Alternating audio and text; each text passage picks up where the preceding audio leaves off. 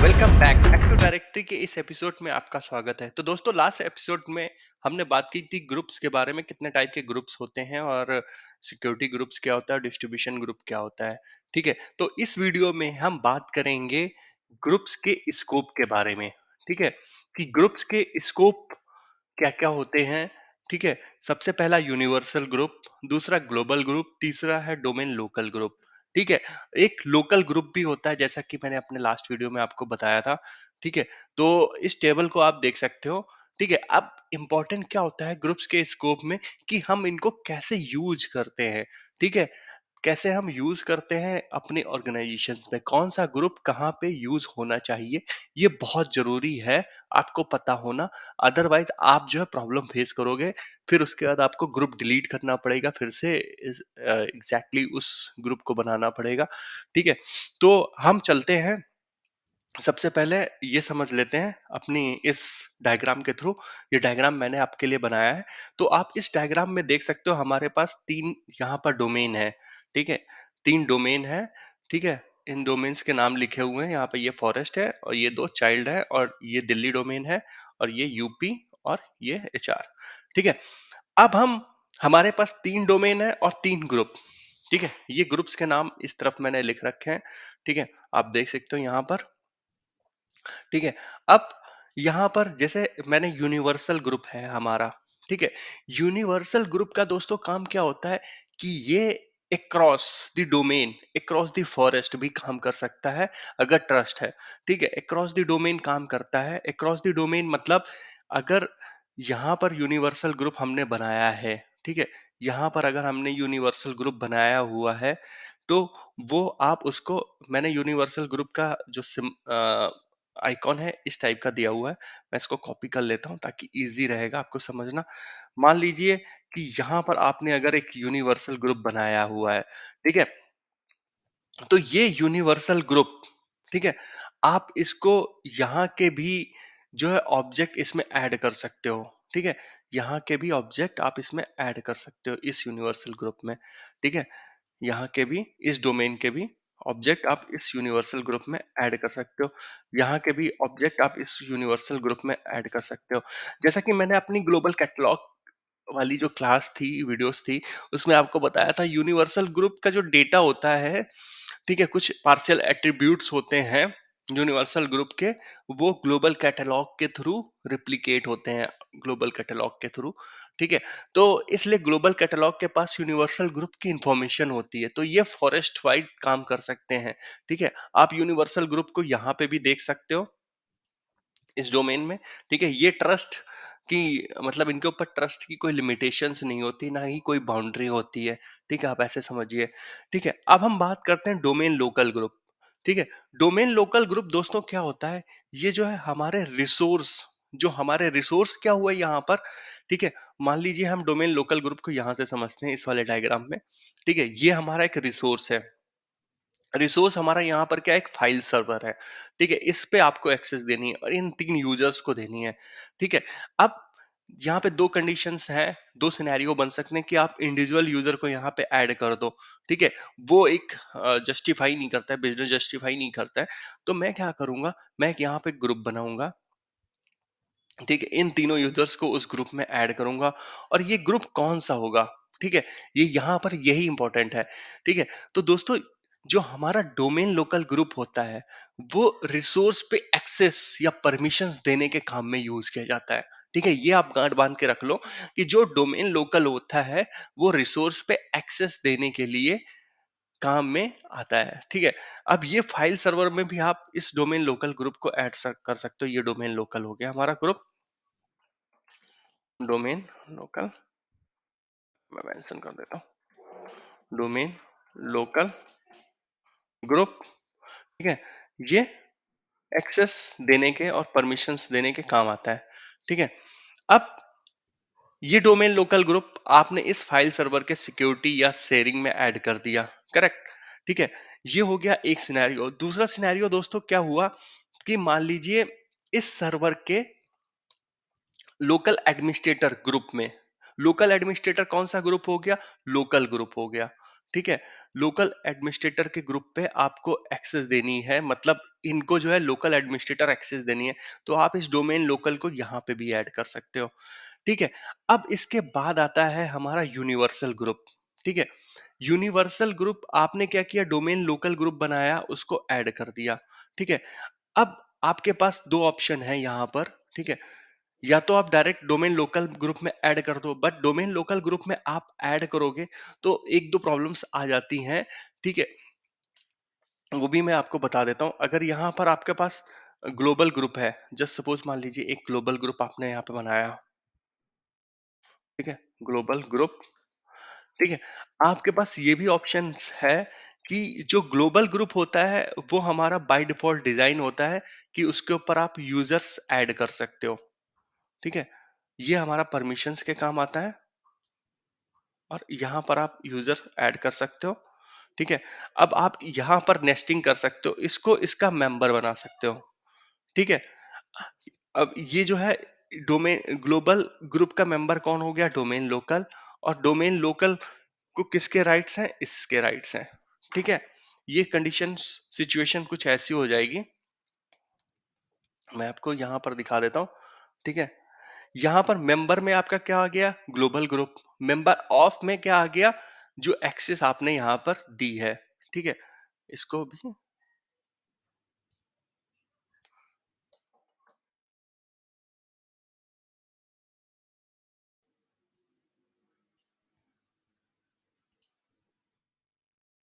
ठीक है।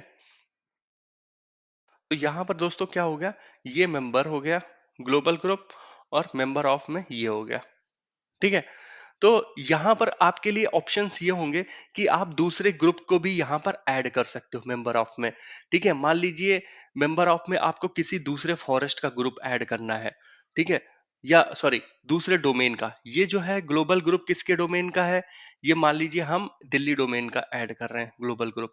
ठीक है। अगर आपको यहाँ पर यूपी का भी एक्सेस देनी है इसको, ठीक है, तो आप यहाँ पर यूपी के भी ऐड कर सकते हो। ठीक है। एचआर का भी ऐड कर सकते हो। ठीक है। तो ये एक आपके पास मल्टीपल डोमेन्स हो सकती हैं। तो ये आपके लिए अच्छी बात है, यहाँ पर बीच में डोमेन लोकल ग्रुप बनाना, आप सेग्रीगेट कर सकते हो काम को। ठीक है। अगर आपको एक्सेस हटानी है सीधे यूपी की, तो आपने सीधे यहाँ से यूपी को रिमूव कर दिया, सीधे के सीधे यूपी की एक्सेस हट गई। ठीक है। तो ये एक मतलब स्ट्रक्चर होता है इसको बनाने के लिए। ठीक है। अब हम अपने फिर से डायग्राम में आ जाते हैं, इस वाले डायग्राम में। ठीक है। तो यहाँ पर आप देखिए डोमेन लोकल ग्रुप हमारा किसके लिए होता है, resource group for assigning permission to resources. ठीक है। और ग्लोबल ग्रुप हमारा होता है for accounts groups containing users and computers के लिए होता है। ठीक है। इस ग्रुप में, ग्लोबल ग्रुप में क्या क्या कंटेन हो सकता है, कंटेनिंग का मतलब हो गया मेंबर। ठीक है। यूजर्स हो सकते हैं और डोमेन लोकल ग्रुप हो सकते हैं। ठीक है। अब आपको तीनों ग्रुप के बारे में एक थोड़ा सा आइडिया मिल गया, अब हम इसको डिटेल्स में और समझते हैं। ठीक है। उसके लिए हम आ जाते हैं इस पीपीटी पे। ठीक है। तो दोस्तों माइक्रोसॉफ्ट ने हमें दो स्ट्रेटेजी दी हैं ग्रुप्स को यूज करने के लिए, एडीजीएलपी। ठीक है। एडीजीएलपी का मतलब हो गया सब परमिशंस हो गई यहाँ पर। ठीक है। इसको मैं कॉपी पेस्ट कर लेता हूँ अपने यहाँ पर, तो आपको और क्लियर हो जाएगा। ठीक है। ठीक है। यहाँ पर आ गया ये। तो यहाँ पर सबसे पहले क्या आ गई, परमिशंस। ठीक है। तो उसके बाद डोमेन लोकल ग्रुप जो हमने बनाया यहाँ पर, फिर ग्लोबल ग्रुप, फिर अकाउंट्स। ठीक है। अकाउंट्स मैंने इसमें ऐड कर दिए। दूसरी क्या दी है माइक्रोसॉफ्ट ने, अगर आप पहली वाली यूज कर रहे हो तो दूसरी वाली भी आराम से यूज कर सकते हो। ठीक है। दूसरी वाली में क्या है, एक यूनिवर्सल ग्रुप ऐड हुआ है। यूनिवर्सल ग्रुप कहाँ ऐड हुआ है, डोमेन लोकल पे, यहाँ पर। ठीक है। अगर मैंने वही बताया आपको, अक्रॉस द फॉरेस्ट या अक्रॉस द डोमेन आपको परमिशन देनी है, तो आप यहाँ पर आप आराम से ये यूनिवर्सल ग्रुप ऐड कर सकते हो। ठीक है। दूसरे डोमेन में बना के या, ठीक है। तो ये हमारा सिनेरियो हो गया कैसे हम यूज करते हैं ग्रुप्स को। ठीक है।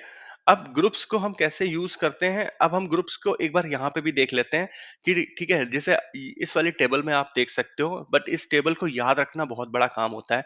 ठीक है। बट यहाँ पर आप देख सकते हो ग्लोबल ग्रुप में सम रिस्ट्रिक्शंस है कि ये जो है सेम डोमेन में ही काम करता है।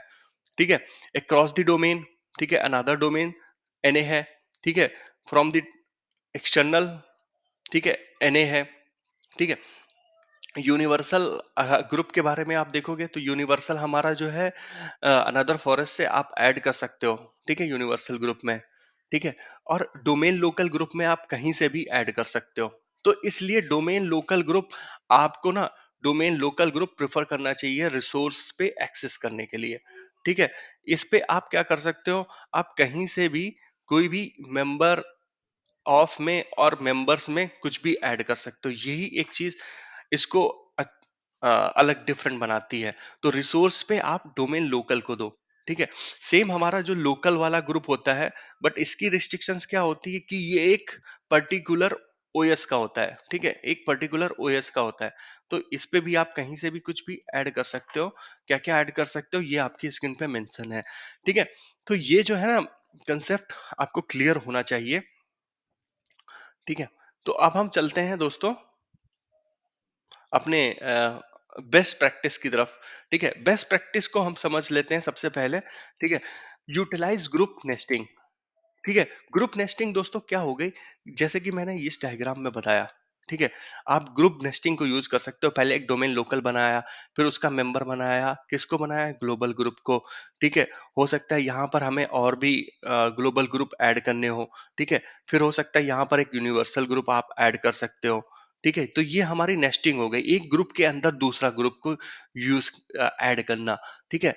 तो ये हमारी नेस्टिंग हो गई।